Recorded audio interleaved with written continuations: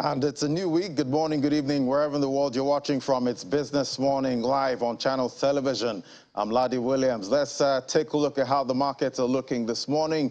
We see oil prices slip more than $1 on today as global economic concerns depress the oil demand outlook, while investors eyed the G7 meeting this week for possible moves on Russian oil exports and revival of the Iran nuclear deal. Brent crude futures slipped $1.42 to $111.70 a barrel in early trade after rebounding 2.8% on Friday. U.S. West Texas Intermediate crude was at $106.08 a barrel, down about $1.54, following a 3.2% gain in the previous session. Both contracts posted their second weekly decline last week as interest rate hikes in key economies strengthened the dollar and fanned recession fears. However, oil prices remained well supported above $100 a barrel as crude and oil products supplies remained tight after Western sanctions kept Russian oil out of reach for some buyers. And to some company news now, between 2022 and 2025, Udua investment companies projecting a profit of 40 billion naira. That's according to the company's new chairman of the board, Mr. Bimbo Ashiru. Was speaking during the company's 40th annual general meeting, where a dividend of 418.4 million naira was declared. Do take a listen.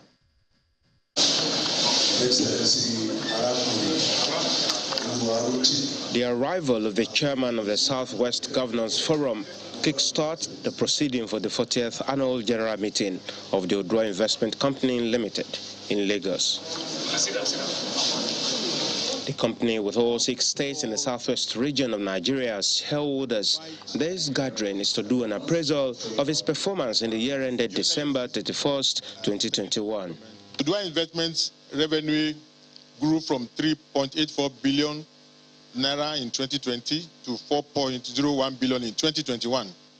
Your company's total assets also grew to 110 billion from the 2020 figure of 104 billion. This AGM is the third and the last for Dr. Segun Aino as the chairman of the board. He hands over the baton to Otumba Bimbo Ashiru. It was deliberate to select people in this as board members to change the fortune of this company. And we thank you for what you are doing and what you have done. We thank God that we did not make a mistake. There are assurances of support from shareholders. We in Ogun State are deeply, very deeply committed to the cause of Udua and to what Udua is established to achieve. Since its establishment in 1976, the company has invested in hospitality, energy, agriculture, logistics, real estate, and more. There's a development we are doing with a partner in Ikoyi already, which is 18 luxury apartments comprising of 5-bedroom duplexes, 5-bedroom semi-detaches, detached buildings, as well as what we can call terrace building. The new board chairman gives a clue of what investors should expect in a few years. We're trying to bring Udua back to the stage, and you could see what we have done in terms of the profitability.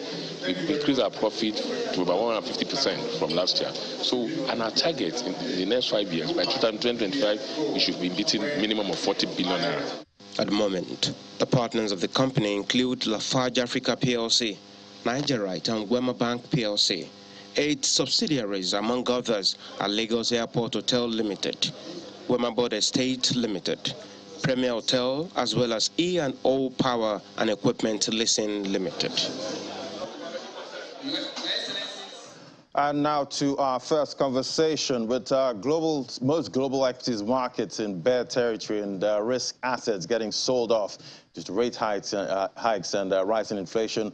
What are the investment options catching the fancy of investors right now? Let's have this conversation with Tajuddin Ibrahim, Director, Research and Strategy, Chapel Hill Denham.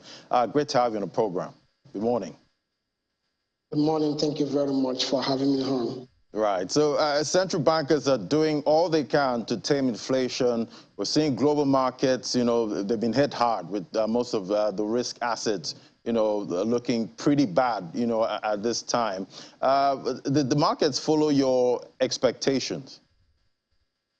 So yes, I think largely speaking, the market has responded in line with our expectation. When we look at inflation, we already flagged it at the beginning of the year that inflation at the start of the year will most likely be sort of, slow, and then towards the middle and in the second part of the year, we are most likely going to see higher inflation. And I think the fact that we have the war between Russia and Ukraine, that is even making the outlook for inflation more worrisome. And in terms of response by global central banks, by hiking interest rates, my sense is that that is in order. And we also have seen where the Central Bank of Nigeria also raised interest rates as a form of response to the rising inflation. So market, broadly speaking, has sort of responded in line with what we expect. And if you restrict these to the stock market, I would say that the market has overperformed our broad expectations for year 2022 so far. And, investors are constantly on the lookout, for the bottom when we're talking about global stocks and, most of these assets that have been sold off. We've also seen Bitcoin also being hit hard. Do you think the bottom is close for most of these global stocks?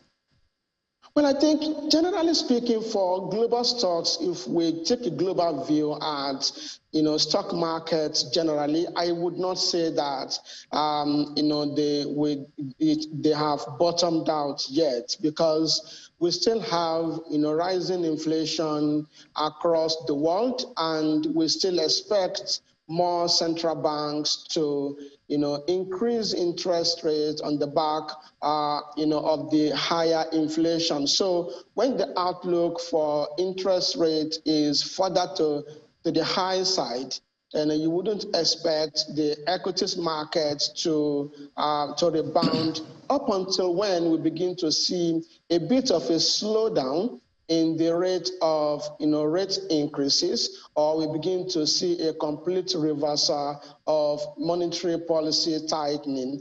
In terms of reversal, I think we are not there yet. It is not yet time to begin to see a reversal. But in terms of a slowdown in the rate at which global central banks are increasing interest rate, I think we may have that much later in the second half of the year. But my sense is that it will, largely speaking, be dependent on the developments around the war between Russia and Ukraine, and how the war further exacerbates the outlook for inflation. I think, generally speaking, the stock markets across the world have not really bottomed out, in my view. And it seems, most of these markets are hinging on, inflation peaking, at some point. But do you think there's some kind of time frame, for inflation to actually peak globally? Is there some sort of a time frame, maybe in 2 years, a year, that we can actually expect, okay, at this point, inflation will actually peak? Well, I think if we take a 6-month view at it, and this is talking about December of this year, my sense is that inflation most likely will remain elevated. But when we go into 2023, particularly the second part of that year, with the expectations that there will have been some positive development around the Ukraine, Russia war, then we could begin to expect inflation to start to moderate from, most likely the second half of next year, and that most likely will be driven partly by the high base that we would have seen in 2022. So in terms of time frame, next year looks more like it, but it most likely, in my view, will be the second part of next year. Right, I know most investors are looking forward to that scenario, but we've seen commodities, do pretty well, from oil and most of the agricultural commodities. Do you think they're still up for more gains? Yeah, yes, I think there is still more, more room for them to gain further. And, I think the starting point is for them to begin to defend some reasonable level. For instance, crude oil prices we expect, will comfortably defend the $100, per barrel level, in the market. But, if we see further tension around, the Russia and Ukraine war, we could see oil prices move as high as like, $150, dollars, per barrel, which is something that, some economists across the world, have called for. So, but if we do not see further tension and we see some increased some increase in supply across the world, then particularly in the U.S. and also among the OPEC countries, then, we could see a bit of a slowdown for crude oil prices, for instance. But my view is that, it can comfortably defend the $100 dollars per barrel level. For other commodities, the expectation will be for increased output. If we have more output in terms of the agri commodities, then we could begin to talk about a slowdown in their prices, and that slowdown is unlikely to also materialize up until the first half of 2023. Looking at this year, we most likely are going to see increased demand, particularly as we move into the festive season, in the fourth quarter of the year. So any sort of slowdown in, food commodity prices most likely will be, in the first half of next year after we have seen a surge in supply, in my sense. Right. Well, we'll keep tracking those commodity prices. They are looking pretty good, at this point. But Mr. Tajudeen Ibrahim, I still want you to hold on. We'll continue the conversation in just a moment. This is Channels Television's breaking news.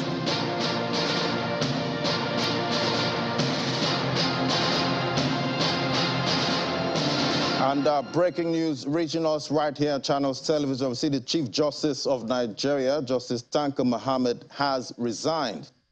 Sources told Channels Television judiciary correspondent Shola Soyele that he resigned last night on grounds of ill health. Information also has it that arrangements are now on to swear in the next most senior justice of the Supreme Court, as Justice Olukayode Ariwola, as the acting Chief Justice of Nigeria. Reports also indicated that a formal announcement will be made shortly. Until his resignation, reports had it that Justice Tanko Muhammad was seriously ill. Only last week, 14 justices of the Supreme Court had written him a letter to lament the discrepant state of affairs in the court. We'll have further details as we get them. And now let's carry on with the conversation. We're still looking for where investors can push into, at this point with inflation beating most assets at this point. We still have Mr. Tajudeen Ibrahim, Director of Research and Strategy at Chapel Hill Denham. Thank you for staying on. Thank you very much. So what would you say is the best investment to beat inflation, right now? Something that matches, inflation surge? Well, I think, the starting point, in a search for, an investment that will beat inflation is for investors to look at foreign currency investment. Here, talking about the US dollars. When you have investment or a substantial exposure to, the US dollars, for instance, you will realize that you are better positioned than holding, local currencies, because we have, a higher inflation in the US, and that is currently being tackled by an increase in monetary policy rate, and that is leading to an increase in interest rates and also increase in yields on dollar-denominated instruments. So if we invest in US dollar instruments and you have up to 3 to 4% yield on that front, if you capture that and you capture a possible currency devaluation on your local currency, you most likely are going to beat inflation, particularly if you take a long-term view at your investments. The second view in my mind is that investors should look to invest in those drivers of inflation.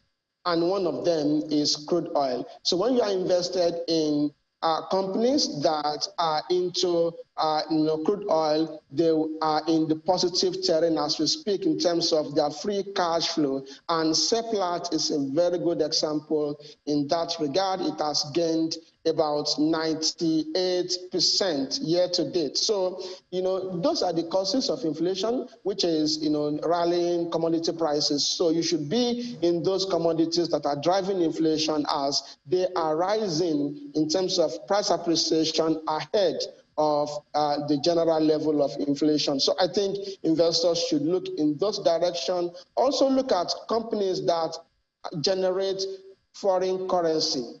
Airtel Africa is a very good example of that, and I think investors have been substantially rewarded because that stock has gained 84% on a year-to-date basis. Those two stocks that I mentioned have recorded substantial return way ahead of inflation, which is around 17.7 as we speak. Right. I guess if you cannot beat the inflation drivers, I guess you have to join them at this point. Absolutely. But, cash is often overlooked as an inflation hedge. Some analysts say, while cash isn't a growth asset, it will usually keep up with inflation in nominal terms. What do you think?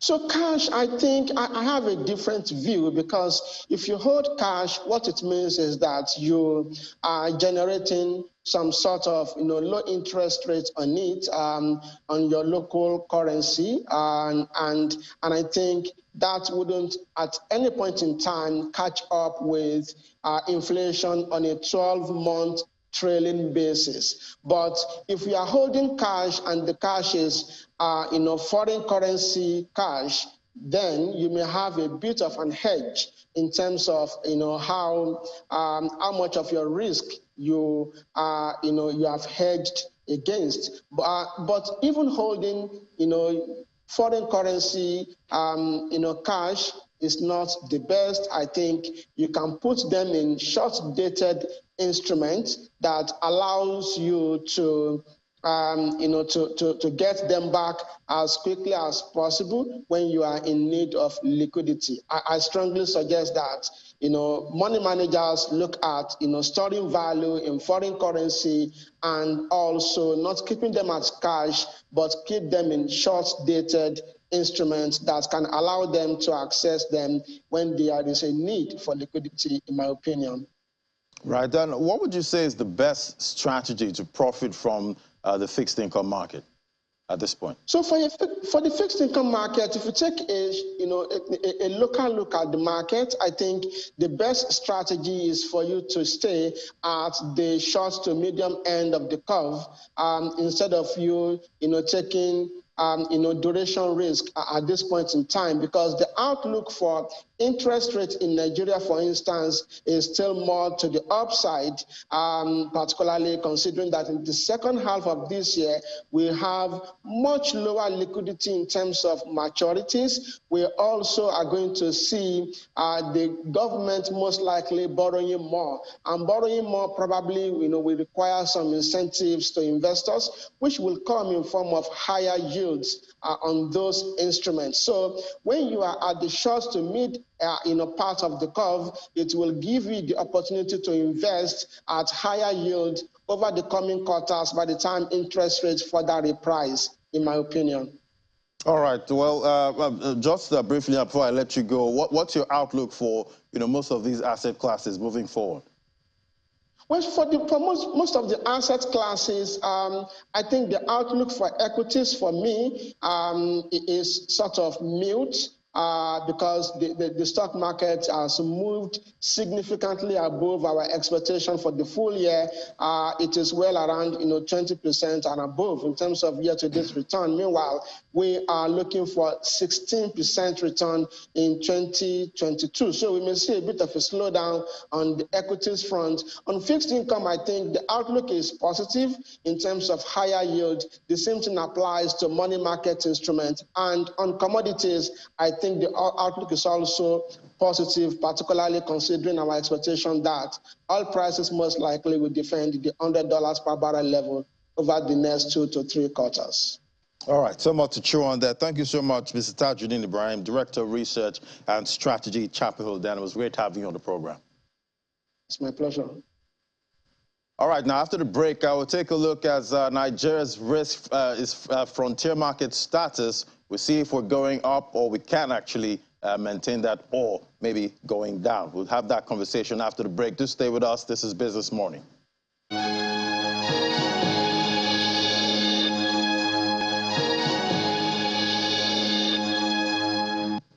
Welcome back. Still watching Business Morning. As Nigerians show renewed interest in participating in the 2023 general elections, economists are more concerned about economic strategies which politicians are proposing to steer the affairs of the country. Consequently, they're asking the electorate to prioritize the quality and ability of personnel over other factors. Our correspondent, Inijon Mekwa, highlights some economic concerns which are on the front burner. Do take a listen. International institutions have been raising concerns on the health of Nigeria's economy, from the International Monetary Fund to the World Bank, where Nigeria's debt stock has made headlines. Data from the Debt Management Office shows that Nigeria has spent 3.83 trillion naira on debt servicing in 15 months. The rising debt is worrisome, very worrisome, in the sense that we are just servicing the debt, and we use this so-called ratio of debt GDP ratio. And because we are within the benchmark, we can still borrow. But I always argued, GDP does not pay debt. Revenue pays debt, okay? Nigeria's debt service to revenue ratio, which was at 81.1% in 2020, has increased to 96% in 2021. There's also the management of foreign exchange, which has hampered activities in manufacturing, aviation, among other sectors. And even the threats to food security, which has been heightened by Russian invasion into Ukraine and has caught the attention of World Food Programme and the Food and Agriculture Organization.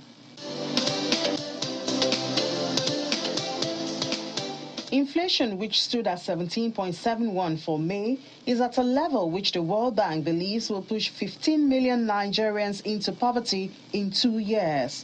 And in the face of surging oil prices globally, a litre of diesel, which used to be 250 naira about a year ago, currently hovers around 850 naira. The situation is not very different for petrol, which is subsidized. Subsidy, which has a budget of about 4 trillion naira, can hardly be covered by revenue since crude production lost 195,000 barrels daily, according to OPEC monthly report for May.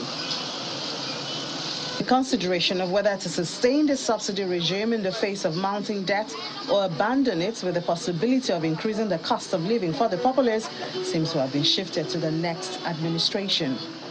Whoever takes over, has my sympathy, because there's a lot of work to be done, a lot of work.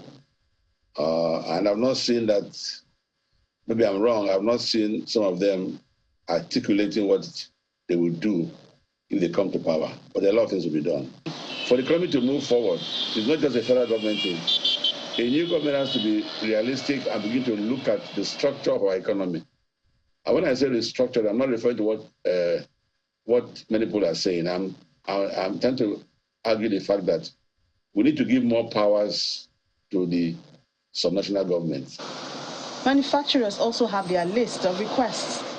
I think we got it to that level that we need to sign a contract with whoever is going to be our president. It's about milestone.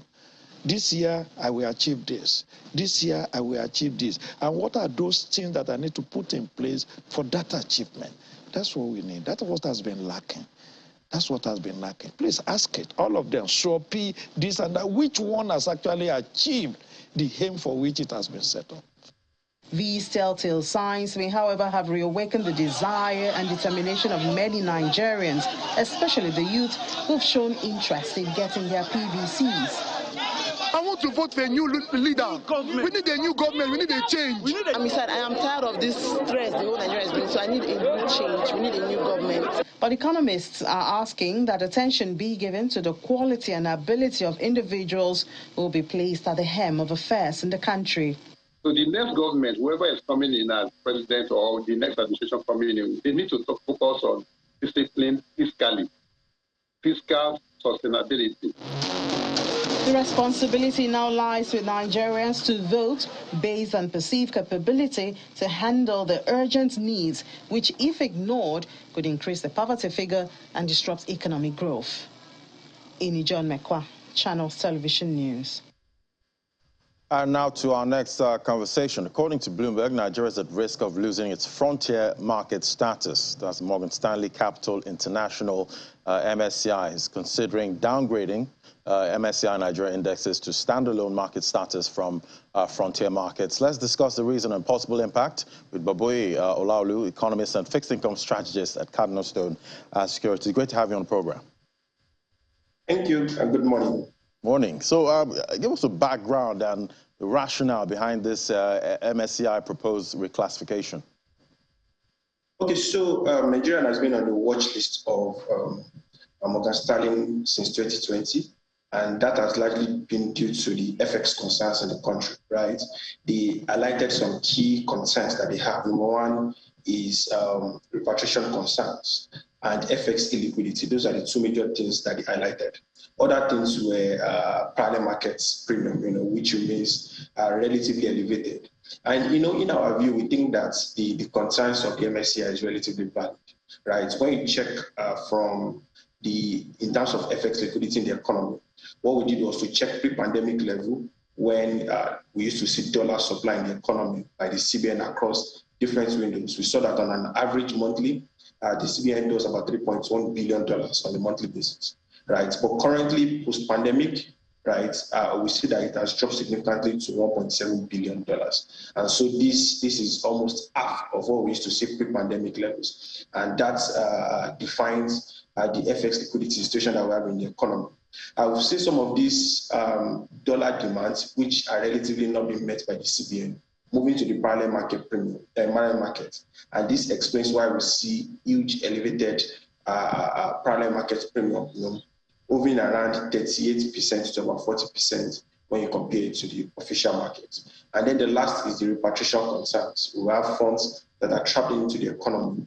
When we check the investment position in Nigeria, we saw that the equity part continues to increase. However, when we dug further into the numbers, we discovered that it was reinvested funds because those funds were unable to exit the economy, right? And these are really valid concerns by the institution. Quite interesting, but how important is this status for Nigeria? And what do you think can be done, to not get this reclassification? So the classification by MSCI is very much important, right? It gives a sense to the investability in a particular country because there are different factors that they look at.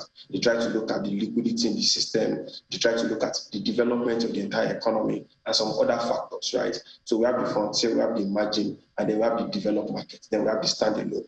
So if you are well ranked and well positioned, right, maybe in the emerging space or in the frontier space, it's sends strong signals to investors, which could help to support foreign inflows and foreign investments in your country. However, if Nigeria is removed, it sends a strong concern to investors that Nigeria has become a risky environment and investing is at your own peril. And that can dampen foreign participation in the market and as well as foreign inflows into the market. So what Nigeria can do not to be removed from the index is to fix the problem of the illiquidity concerns that we have, fix crude oil production leg, which could support oil inflows, coupled with the elevated crude oil price that we have. Secondly, is to clear the existing backlog, right? Based on the last information we got from the monetary fund, that's the IMF, backlog is about 1.6 to 1.8 of FPIs. When you had unrepatriated dividend from the equity market, it will most likely be higher than that. So we think that once they clear this, it will give a bit of respite to the MSCI institutes. What are the likely reactions from foreign funds invested in Nigeria's MSCI Frontier Market Index? Okay, so what we did was to see if there is going to be a major impact on the market, that's the equities market, and also to judge the reaction of foreign investors. So we estimated the entire fund, that are investing in the Nigerian MSCI. When we check the numbers from S&P Capital IQ, right? So what we saw was that the total funds that are invested, foreign funds, has dropped significantly. At the moment, it's around $243 million. So we check that part that is active and the part that is passive. So for the active funds, when things are not going well, because they have in-house research analysts and then they understand the market, when things are not going well in the domestic economies, they tend to fly. But for the passive funds, they typically track the index. And when we check that passive leg of the entire fund, it was about $25.8 million, right? In our view, we don't think that this is very much significant, because when you compare it, it's just about 5% of the entire fund invested in the Nigerian MSCI index, right? And we think that this 5%, let's assume they will choose to leave the country. Of those, we saw that if they choose to leave, it will take about 5 days trading activities for them to leave. So we don't think that this is really a major, that's significant, or it will create a bit of spike or concerns in the market. Right, and Nigeria's equity market has performed really well this year. It's actually the best performing in Africa. Could we see a reversal of gains accrued so far? So beyond the dynamics of foreign participation in the market, what we think has been driving the market since late last year and since the start of the year has largely been locals. For context, currently locals account for over 80% of activities in the local equities market. We think that the foreign participation is relatively low. So the dynamics of these whole changes in MSCI reclassification will most likely impact the foreign leg of things. And that is not significant enough to drive the market. So we think that the market will continue, the locals will continue to enjoy, good names in the local market to earn good names, good returns for themselves. So we don't think that this news or the reclassification will likely wipe out the gains that we've seen year to date. We think that investors will continue to cherry pick good names and fundamentally sound stocks. All right, that sounds good, but we know this is mainly because of the FX shortage, we're seeing. Can we expect more FX impact with this?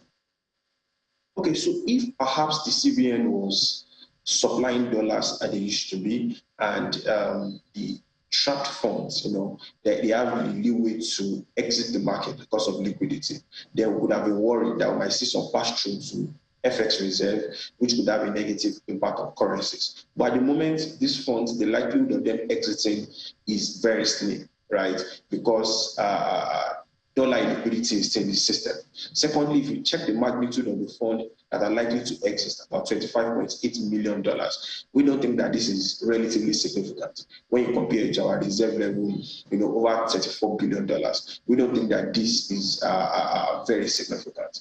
But just to, go a bit forward, a step forward to see if the dynamics of the current liquidity system that we have will change.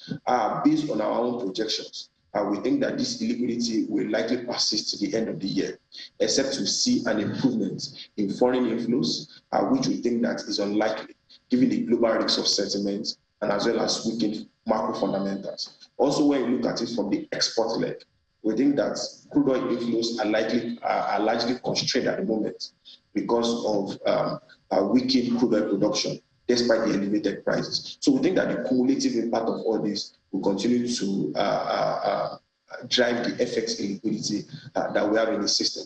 And this will continue to send wrong signals to investors and a bit of worry for investors that are invested in Nigeria. All right, but do you have any, inferences from a similar action in the past or from, other countries that have actually, been through this? Yeah, so when we checked 2 countries, 3 countries basically. Number one, it was Russia. That was the latest that was removed to stand alone.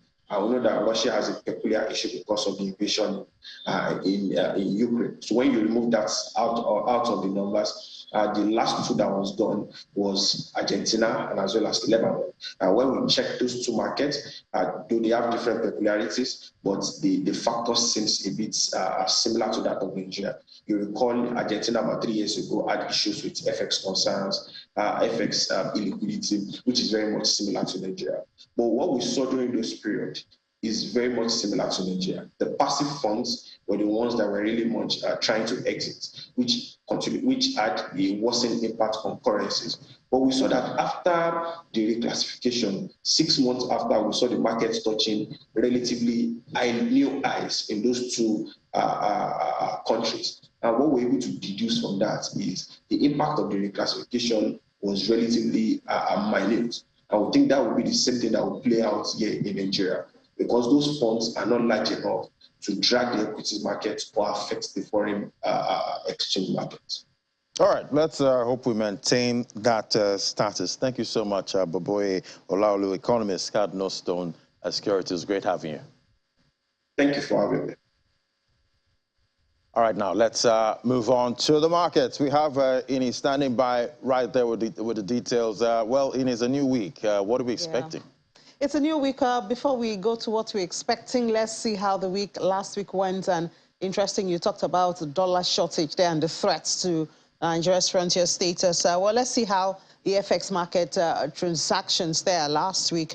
We see that in the FX spots, it was 33.49% more, the transactions more than the previous week at a 67.84% share. In forwards, it was less than the previous week. Futures was almost 100% more compared to the previous week, and then FX derivatives was 37.07. And total transaction for last week, we saw week-on-week change was over 34% more, and the share was over 100. And then the value of transactions for last week was $504.83 million. Transaction took place in the FX market. That's in the INE, the official window last week. That's over 33% more than the week before that. So I guess that would also give us an idea of the conversation that Ladi was just having there with Boboye on the threats that dollar shortage is giving to Nigeria and some of the consequences that the country may face if that frontier status is being removed. In the NAFEX market, it was down, change there, and then the Naira lost there, well, slightly, from 418 naira 64 kobo for $1. It closed at 418 naira 95 kobo for last week. That's the value of Naira exchanging for $1. In the federal government bonds, there were 20 deals on Friday worth 4.94 billion naira, almost 5 billion naira. We expect there to be more activities this week because FAC was released on Friday, so we'll see how that will affect the markets. In the treasury bills, there were only 3 deals on Friday. This is not for the week. This is just for Friday, worth 7 bills there. And I see one of Ladi's guests also advising that investors should hop on the short-term and the mid-term securities since we have a lot of uncertainties in the economy at this time in Nigeria, even worse because of the electoral period. And then for Omo, we had 37 deals, 1.28 billion naira, while for the CBN, we had 11 deals. We have Chioma Udu now joining us to give us a review of last week's transaction. Hi, Chioma, good morning. Good morning. Thank you for having me. Good to have you, Choma. So give us a review. This was just for Friday. How can we say the week ended? A summary of last week's transactions in the fixed income markets. Well, it's very sentiment throughout last week because of the tight liquidity we have in the system. The system opened short about 400 billion as a result of that. Is a lot of rediscounting, especially at the short end of the yield curve. As a result of that, we also saw rates trend up by about up to an average of 50 basis points, closing to at 5 to 6 levels at the long end of the curve. And then we now saw the short end of the curve where most of the discounting happened close above 6. And we expect that to continue to happen. But the good thing about this week is that we expect FAC to come in. For FAC, about 380 we posted, and the system is 440 billion short. So the system still needs a lot of liquidity. So what we expect is that the bearish trend will continue, but not at the note we saw last week. Yeah, Chuma, another thing apart from the FAC is the attention that the fixed income market may be getting as the government postpones or whether it cancels, the sale of Eurobond. Do you see this coming anytime soon? Because, of course, the budget needs to be funded. Well, the government cancelled or postponed, rather, Eurobonds, but what we can see is that they continue to borrow in the local currency, which is Naira. We have an auction, a T-bills auction this week. 174 billion is an offer across 3 tenors. We expect that will be fully subscribed. But what we think is that we continue to see that interest rates will continue to trend up. Inflation is above 17%.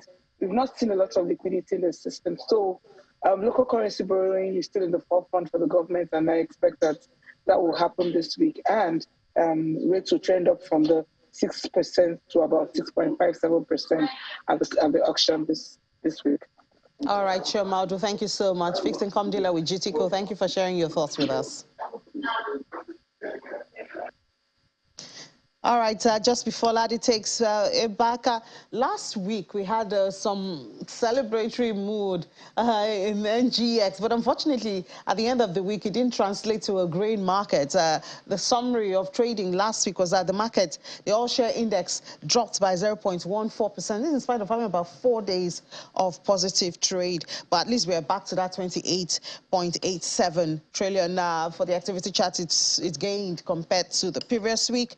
And then the sectors, banking at least, we've been harping on banking for a while. They ended in the green, 0.33. Oil and gas also almost the same, but consumer industrial goods, I did not have that much attention. Imagine our consumer goods was down more than 2%, trailed very closely by industrial goods. And that's the NSDT market in the positive, but I think my time is up and I should hand over back to Ladi. Yeah, and not a bad outing for the banking sector last week. Yes, I mean, there were so much in the red the other time, and we were wondering what was going on. Even when other sectors kind of were recovering, the banking still stayed in the red. But I guess they're getting the much-needed attention. Maybe investors are kind of buying the dip now. Maybe some cherry picking. Well, keep my eye on that counter. Yeah. Thanks so much, Ini. All right, after the breakout, we head on to London to stay with us. This is Business Morning.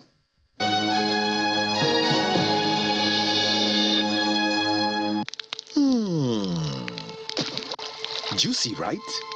Well, how about now? Come here. Why should you pluck before they ripen? Why should you hit and kick until it's no longer desirable? Why should you harvest without her permission? You stare. You're in your 400 level, right? Yes, sir. You don't want to risk coming back again. You have to just... Until you demand her fruit in exchange for grades. If you see something, say something. Hold it right there. Girls and women are tender gifts. Let's nurture them, even as they nurture. Sexual and gender-based violence is against nature. Let's end all crimes today. This project is supported by the Wole Soyinka Center for Investigative Journalism under the Report Women FIRP Fellowship.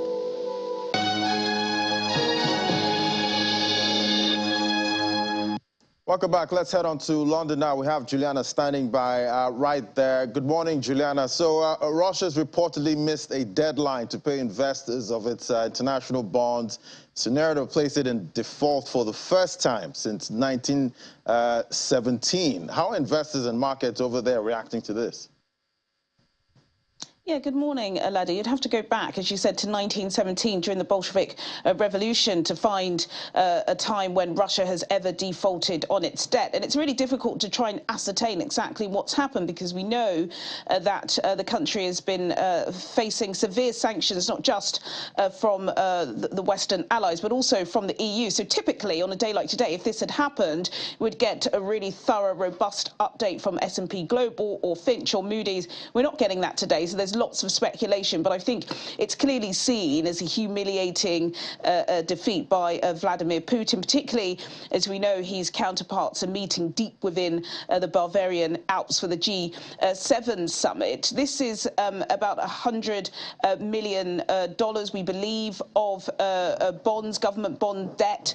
According to the Reuters news agency, this interest is owed to the Taiwanese private sector firm. They were expecting last month to receive this $100 million of interest on these government bonds. Apparently, half is owed in euros and half is owed in dollars. And now, again, there are so many different sanctions. According to reports, Russia does have this money, but because of the sanctions, they are not able to pay this money in foreign currency.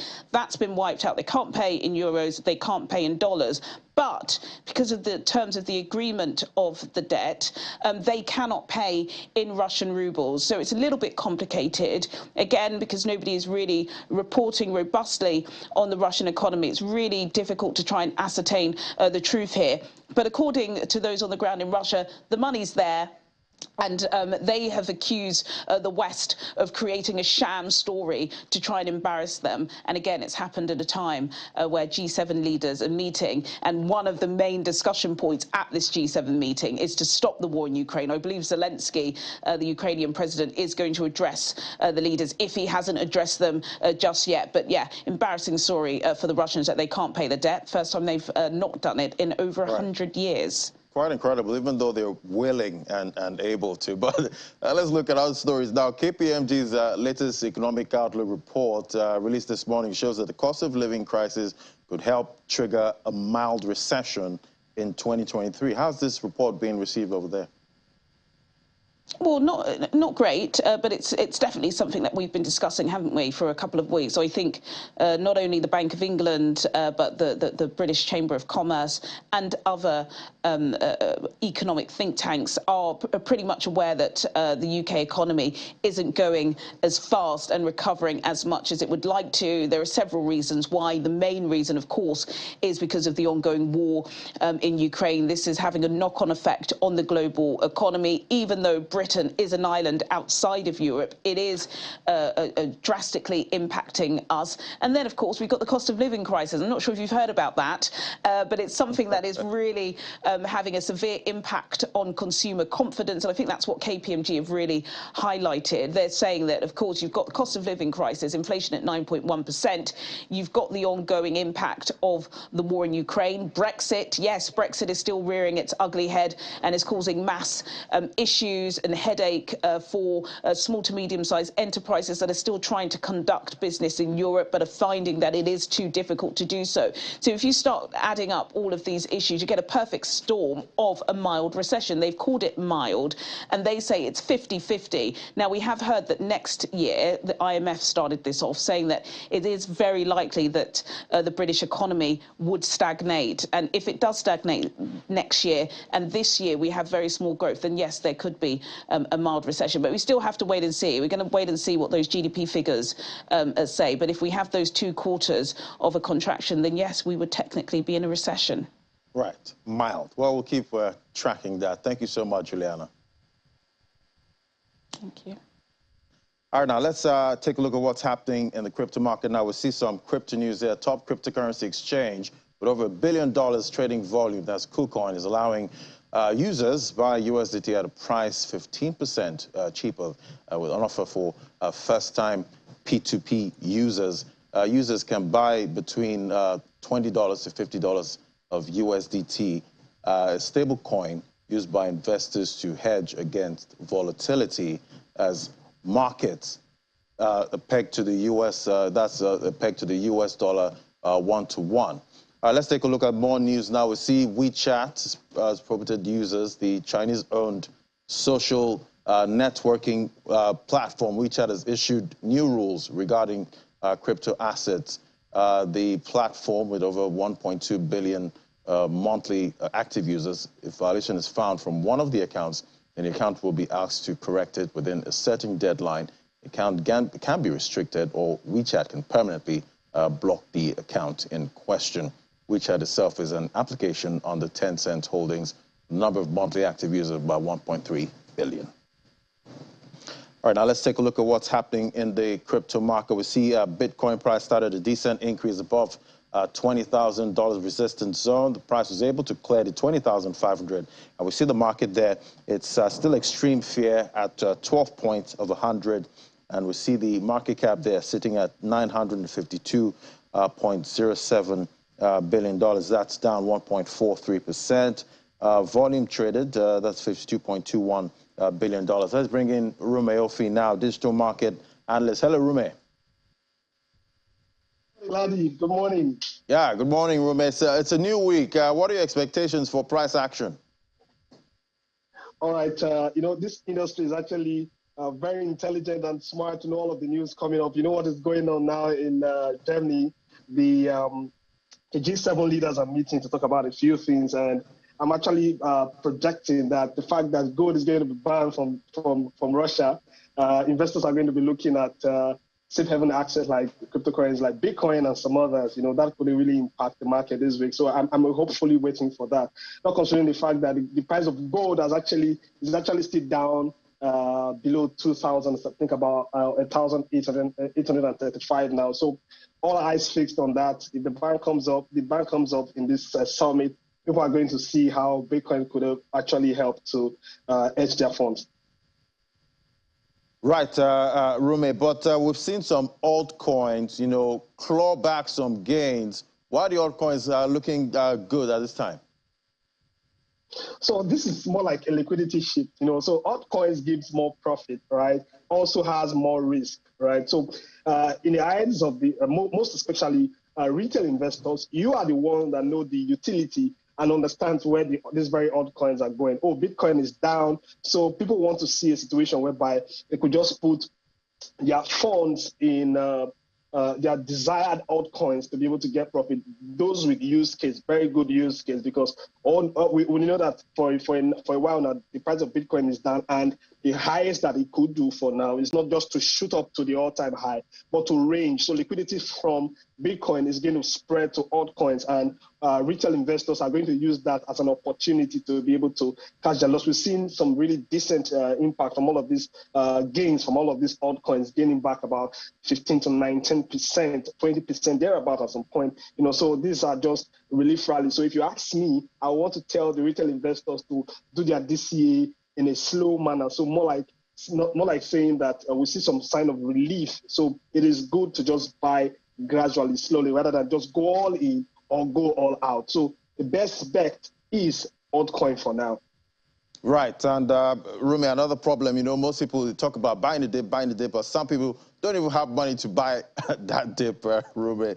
Anyway, Rumi, thank you so much. Always great to talk to you, Rumi. Thank you very much, Ladi. Always a pleasure. All right, now let's head on. Now let's take a look at some quick news there. We see top cryptocurrency exchange with over $1 billion in trading volume. The KuCoin there is allowing users to buy USDT at a price 15% cheaper. It's exclusive offer for this time. The P2P users, you can buy between $20 to $50 of USDT. Just USDT, we know, is a stable coin used by investors to hedge against volatility in the market as respect to the US dollar 1-to-1. We've seen a lot of action with stable coins, but USDT still seems to be holding quite strong in this market. All right, that's it on the crypto market, and that's it on the show today. Thank you so much for watching. Don't forget to join us at 1:30 p.m. for Business Incorporated. We had more business stories from around the world. Thank you for watching. I'm Ladi Williams. Bye for now.